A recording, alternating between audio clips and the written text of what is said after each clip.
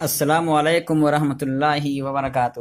ان الحمد للہ والصلاة والسلام علی رسول اللہ وعلی آلہ وصحبہ ومن والہ بعد۔ شریعت ڈپلومہ کورس کے درس فقہ میں آپ کا تہ دل سے استقبال ہے۔ ہم نے اس سے پہلے نماز کے کچھ احکام پڑھ لیے ہیں اور نماز کے اوقات سے آگاہی حاصل کر لی ہے۔ آج ہمیں جو پڑھنا ہے اختصار کے ساتھ نماز کے شرائط، نماز کے ارکان، نماز کی واجبات، مبطلات انشاءاللہ پڑھیں گے آج اختصار کے ساتھ۔ سب سے پہلی چیز نماز کے شرائط۔ اس سلسلے میں یاد رکھیں نماز کے 9 شرائط ہیں۔ شرط کسے کہتے ہیں؟ شرط کہتے ہیں جس کے نہ ہونے سے حکم کا نہ ہونا لازم ہوتا ہو، جبکہ اس کے وجود سے حکم کا وجود لازم نہ ہوتا ہو۔ یعنی شرط ایسی چیز ہوتی ہے کہ جب وہ چیز نہیں پائی جائے گی تو سمجھیے کام نہیں ہوگا، اور اگر وہ شرط پائی جائے تو ضروری نہیں کہ کام بھی ہو جائے۔ مثال کے طور پر نماز کے لیے وضو۔ اگر انسان وضو نہ کرے تو نماز نہیں ہوگی۔ بغیر وضو کے نماز پڑھ لے گرچہ پاک صاف ہو، لیکن اگر بغیر وضو کی نماز پڑھ لیتا ہے تو نماز نہیں ہوگی۔ تو یہ ہے شرط کہ جس کے نہ ہونے سے کام کا نہ ہونا لازم آتا ہو۔ تو اگر وضو نہیں ہے تو نماز نہیں ہوگی، اور اس کے ہونے سے کام کا ہونا لازم نہ ہوتا ہو۔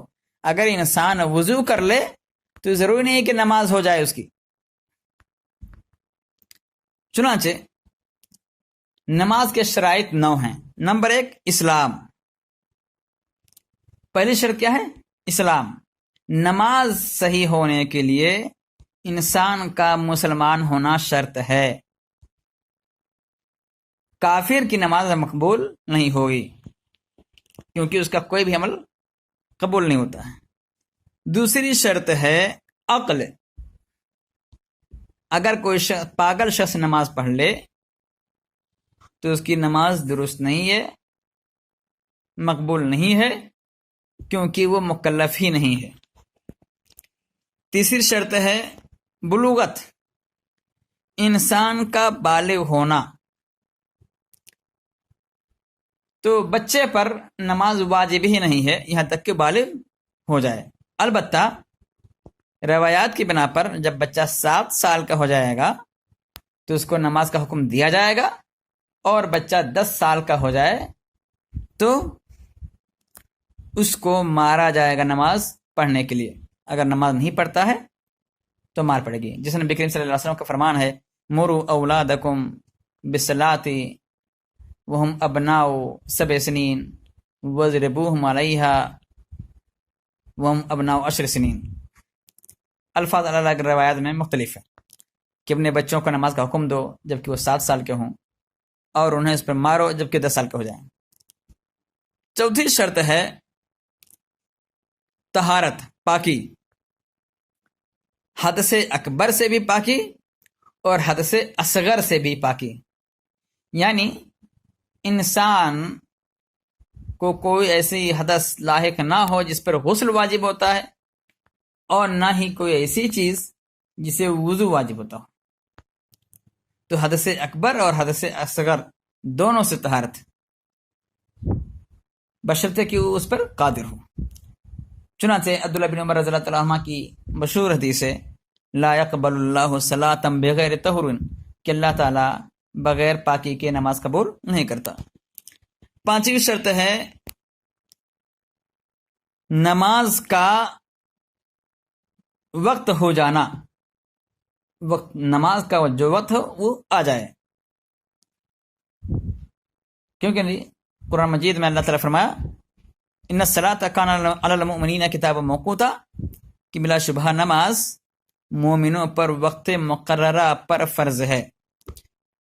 تو نماز کا وقت ہونا، آپ جو نماز پڑھ رہے ہیں اس نماز کا وقت ہو جائے. اگر انسان بغیر وقت کے نماز پڑھ لے، وقت نہ ہوا ہو تو نماز نہیں مانی جائے گی. تو وقت سے پہلے اور وقت کے بعد نماز نہیں ہوتی ہے. ہاں کوئی عذر ہے تو انسان قضا کر سکتا ہے. چھٹی چیز، ستر پوشی، ستر کا ڈھکا ہونا.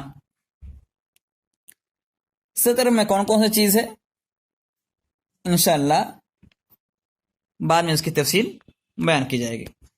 مختصراً اتنا جان لیں کہ مرد کا ستر ناف اور گھٹنے کا درمیانی حصہ ہے، ناف اور گھٹنے کے بیچ.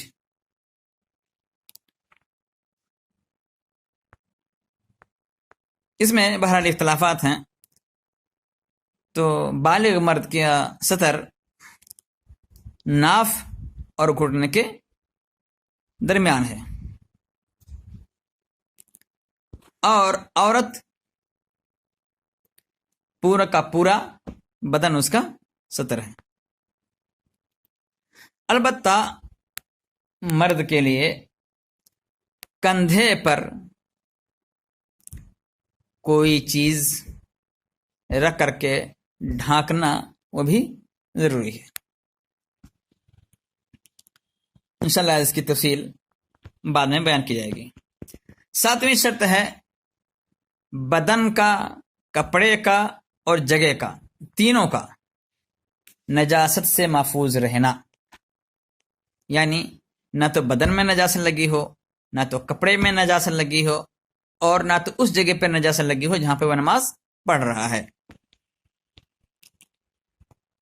اللہ تعالیٰ کا فرمان ہے وَثِيَابَكَ فَطَهِّرْ کہ اپنے کپڑوں کو پاک صاف رکھو. اسی طرح سے اسماء رضی اللہ تعالیٰ عنہ سے نبی کریم صلی اللہ علیہ وسلم نے فرمایا تھا ماہواری کے خون کے بارے میں کہ تم اس کو رگڑو، پانی سے کھرچو اس کو، پھر پانی سے چھینٹا مار لو، پھر اس میں نماز پڑھو. آٹھویں شرط قدرت کے حالت میں جب انسان قادر ہو استقبال قبلہ، قبلہ کی طرف رخ کرنا، یہ بھی شرط ہے. قرآن مجید نے فرمایا اللہ تعالیٰ نے فَوَلِّ وَجْهَكَ شَطْرَ الْمَسْجِدِ الْحَرَامِ کہ اپنے چہرے کو مسجد حرام کو جانب پھیر لو. نویں چیز ہے نیت، نیت کرنا. نبی کریم صلی اللہ علیہ وسلم نے فرمایا انما الاعمال بالنیات، بہت مشہور روایت ہے کہ اعمال کا دار و مدار نیتوں پر ہے. نیت جیسا کہ ہم نے پہلے بھی بیان کیا ہے کہ نیت زبان سے نہیں کی جائے گی، نیت کی جگہ دل ہے. انسان دل میں ارادہ کرے گا، پختہ ارادہ کرے گا کہ میں کون سی نماز پڑھنے جا رہا ہوں. زبان سے ادا کرنا مشروع نہیں ہے، نبی کریم صلی اللہ علیہ وسلم سے ثابت نہیں ہے. اسی طرح سے زبان سے نیت کرنا نماز کی، یہ صحابہ کرام سے بھی ثابت نہیں ہے. میں نے پہلے بھی درس میں بتایا تھا کتاب الطہارہ میں کہ زبان سے نیت کرنا صرف حج اور عمرہ میں ثابت ہے. اللہم لبیک حجن یا اللہم لبیک عمرتن. یہ شرائط ہو گئے 9. اس کے بعد ہم دیکھتے ہیں نماز کے ارکان. ارکان کسے کہتے ہیں؟ ارکان کہتے ہیں وہ چیزیں جن سے عبادت مکمل ہوتی ہے اور اس کے بغیر عبادت صحیح نہیں ہوتی ہے. شرط اور رکن میں فرق اتنا ہے کہ شرط عبادت سے پہلے ہوتی ہے عبادت سے خارجی چیز ہے، اور رکن ان اقوال اور ان افعال کا نام ہے جو عبادت کے اندر ہوتی ہیں، عبادت میں شامل ہوتی ہیں۔ تو یہ شرط اور رکن میں فرق ہے۔ اس کے ارکان 14 ہیں، اور یہ 14 ارکان ایسے ہیں جو کسی بھی حال میں ساقط نہیں ہوتے، نہ تو جان بوجھ کر، نہ تو بھول چوک سے، نہ تو نادانی میں۔ وہ 14 ارکان کون سے ہیں؟ نمبر 1، قیام۔ فرض نمازوں میں جو شخص کھڑے ہونے پر قادر ہو اس کے لیے کھڑے ہو کر نماز ادا کرنا چاہیے، رکن ہے نماز کا۔ اللہ تعالیٰ نے فرمایا وَقُومُوا لِلَّهِ قَانِتِينَ۔ البتہ اگر کوئی شخص کھڑے ہو کر نماز پڑھنے پر قادر نہ ہو تو بیٹھ کر نماز پڑھے گا، اگر بیٹھ کر کے بھی قادر نہ ہو تو لیٹ کر پڑھے گا، یا اشارے کے ساتھ پڑھ لے گا، جس حال میں بھی اس کے لیے ممکن ہو۔ عمران بن حسین رضی اللہ تعالیٰ عنہ سے نبی کریم صلی اللہ علیہ وسلم نے فرمایا تھا صلی قائما فإن لم تستطع فقاعدا فإن لم تستطع فعلى جنب، کہ نماز کھڑے ہو کر پڑھو، اگر طاقت نہ رکھو تو بیٹھ کر پڑھو، اگر اس کی بھی طاقت نہ ہو تو پہلو کے پر پڑھو، لیٹ کر کے۔ ہاں البتہ کوئی عذر ہے، بیماری ہے، خوف ہے، اس طرح سے اور کوئی بیماری ہے، کوئی عذر ہے، تو انسان حتی المقدور اس پہ عمل کرے گا، یعنی کھڑے ہو کر پڑھے گا، یا بیٹھ کر پڑھے گا، یا لیٹ کر پڑھے گا، یا صرف اشارے کرے گا۔ البتہ نفلی نماز میں قیام کرنا، کھڑا ہونا، کیا مطلب کھڑا ہونا؟ قیام کرنا سنت ہے، رکن نہیں ہے، یعنی نفلی نمازیں بیٹھ کر بھی پڑھی جا سکتی ہیں، البتہ کھڑے ہو کر کے نماز پڑھنا بیٹھ کر کے نماز پڑھنے سے افضل ہے، نفلی نماز میں بھی۔ نبی کریم صلی اللہ علیہ وسلم نے فرمایا صلاۃ القائد علی النصف من صلاۃ القائم، کہ بیٹھنے والے کی نماز کھڑے ہو کر پڑھنے والے کی نماز کی آدھا ہوتی ہے۔ دوسرا رکن ہے تکبیر تحریمہ، اللہ اکبر کہنا شروع میں، تکبیر تحریمہ کہنا، اللہ اکبر کہنا شروع میں پہلی مرتبہ۔ اگر انسان بھول کر کے یوں ہی نیت باندھ لے، سینے پر ہاتھ رکھ لے اور اللہ اکبر نہ کہے تو نماز نہیں مانی جائے گی، تو اللہ اکبر کہنا، اس کے علاوہ کوئی دوسری چیز کافی بھی نہیں، اللہ اکبر کی جگہ پر کوئی دوسری چیز کہہ لے تو کافی بھی نہیں ہے۔ نبی کریم صلی اللہ علیہ وسلم فرمایا اذا قمت الى الصلاۃ فکبر، جب نماز کے لیے کھڑے ہو تو اللہ اکبر کہو۔ تیسرا رکن ہے سورہ فاتحہ پڑھنا، یہ بھی رکن ہے، یعنی اس کے بغیر نماز نہیں ہوتی۔ نبی کریم صلی اللہ علیہ وسلم فرمایا لا صلاۃ لمن لم یقرأ بفاتحۃ الکتاب، کہ اس شخص کی نماز نہیں ہوتی جو سورہ فاتحہ نہ پڑھے۔ تو سورہ فاتحہ پڑھنا بھی رکن میں شامل ہے۔ چوتھا ہے رکوع کرنا، یہ بھی رکن ہے۔ رکوع اور سجدے کا حکم قرآن مجید کی بے شمار آیات میں ہے، یا الذین آمنوا ارکعوا واسجدوا، اے لوگوں جو ایمان لائے ہو رکوع کرو، سجدہ کرو، اور بے شمار احادیث میں رکوع کا حکم دیا گیا ہے۔ اسی طرح سے اس میں رکوع سے کھڑا ہونا اور اعتدال کرنا، یعنی اطمینان کے ساتھ کھڑا ہونا بھی شامل ہے۔ نبی کریم صلی اللہ علیہ وسلم نے فرمایا ورکع حتی تطمئن راکعا، کہ رکوع کرو یہاں تک کہ اطمینان ہو جائے رکوع میں، پھر کھڑے ہو جاؤ یہاں تک کہ اطمینان سے کھڑے ہو جاؤ، اعتدال کے ساتھ۔ ساتواں رکن ہے سجدہ کرنا۔ قرآن مجید کے بے شمار آیات میں سجدہ کرنے کا حکم دیا گیا ہے. حدیث میں بھی ہے ثم اسجد حتی تطمئن ساجدا، پھر سجدہ کرو یہاں تک کہ مکمل طور پہ سجدہ کر لو. یہ سجدہ 7 اعضاء پہ ہوں گے. نبی کریم صلی اللہ علیہ وسلم نے فرمایا امرت ان اسجد علی 7 اعظم، مجھے حکم دیا گیا ہے کہ 7 ہڈیوں پر سے میں سجدہ کروں. الجبہہ، پیشانی، چہرہ، اور نبی کریم صلی اللہ علیہ وسلم نے اپنے ناک کی جانب اشارہ کیا. یعنی سجدے میں ناک کا بھی زمین سے لگنا ضروری ہے، جس کی تفصیل آگے انشاءاللہ آئے گی. ناک زمین سے لگنا چاہیے. اگر ناک آپ کی اٹھی ہوئی ہے سجدے میں تو نماز نہیں ہوتی ہے، یاد رکھیں. اسی طرح سے دونوں ہاتھوں کا زمین پر رہنا، دونوں گھٹنوں کا زمین پر ہونا، اسی طرح سے دونوں پیروں کے کناروں کا ہونا. اسی طرح سے 8واں اور 9واں رکوع سے سجدے سے اٹھنا اور دونوں سجدوں کے درمیان بیٹھنا، یہ بھی ارکان میں شامل ہے. اور 10واں رکن ہے تمام ارکان میں اطمینان، سکون. کیونکہ نبی کریم صلی اللہ علیہ وسلم نے ایک صحابی کو دیکھا جو جلدی جلدی نماز پڑھ رہے تھے اور واپس آئے.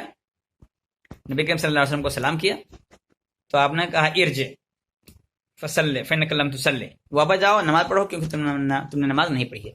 2-3 مرتبہ نبی کریم صلی اللہ علیہ وسلم نے ان کو واپس کیا، جس کو حدیث مسیء صلاۃ سے تعبیر کیا جاتا ہے. تو اس میں نبی کریم صلی اللہ علیہ وسلم نے ان کو اطمینان کا حکم دیا. 11 رکن ہے تشہد اخیر، آخری تشہد. 12واں رکن ہے بیٹھنا، یعنی 11 میں ہے تشہد پڑھنا اور 12واں رکن ہے تشہد کے لیے بیٹھنا، اور 13واں رکن ہے سلام پھیرنا.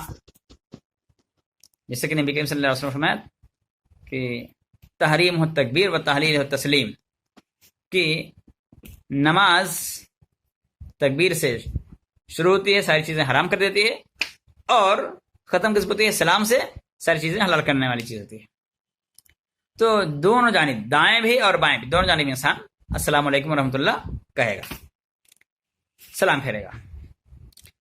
14واں رکن ہے آخری، کہ تمام ارکان کا ترتیب کے ساتھ ادا کرنا ہے. کیونکہ نبی کریم صلی اللہ علیہ وسلم نے پوری زندگی میں اسی ترتیب سے نماز پڑھی ہے، بغیر ترتیب کی نماز نہیں پڑھی ہے. اور نبی کریم صلی اللہ علیہ وسلم کا بہت مشہور فرمان ہے صلو کما رأیتمونی اصلی، اسی طرح نماز پڑھو جیسے مجھے پڑھتے ہوئے دیکھے. تو یہ ارکان صلاۃ ہیں، نماز کے ارکان ہیں. ان میں سے فقہا کا اختلاف ہے، بعض لوگوں نے ان میں سے کسی کو شامل نہیں کیا ہے، کسی نے شامل کر لیا ہے نا. تو اختلاف کے ساتھ یہ 14 ارکان ہیں. اس کے بعد مسئلہ آتا ہے واجبات کا، کہ کون کون سی چیز واجب ہوتی ہیں اور کون کون سی چیزوں سے نماز باطل ہوتی ہے. یہ انشاءاللہ ہم لوگ اگلے درس میں پڑھیں گے. آج کے دن میں اتنا ہی. آخر دعوانا ان الحمدللہ رب العالمین، والسلام علیکم ورحمۃ اللہ وبرکاتہ.